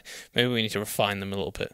Well, they're all Pace Brothers, aren't they? They are, but one's the podcast page. But anyway, if you want to get all of the information, go to the Instagram page, because that's where everything goes. Pace_Brothers. Pace_Brothers. And if you want to email the show, it's podcast@paceproductionsuk.com. Nice and easy. It'll be in the show description. Thank you very much for listening.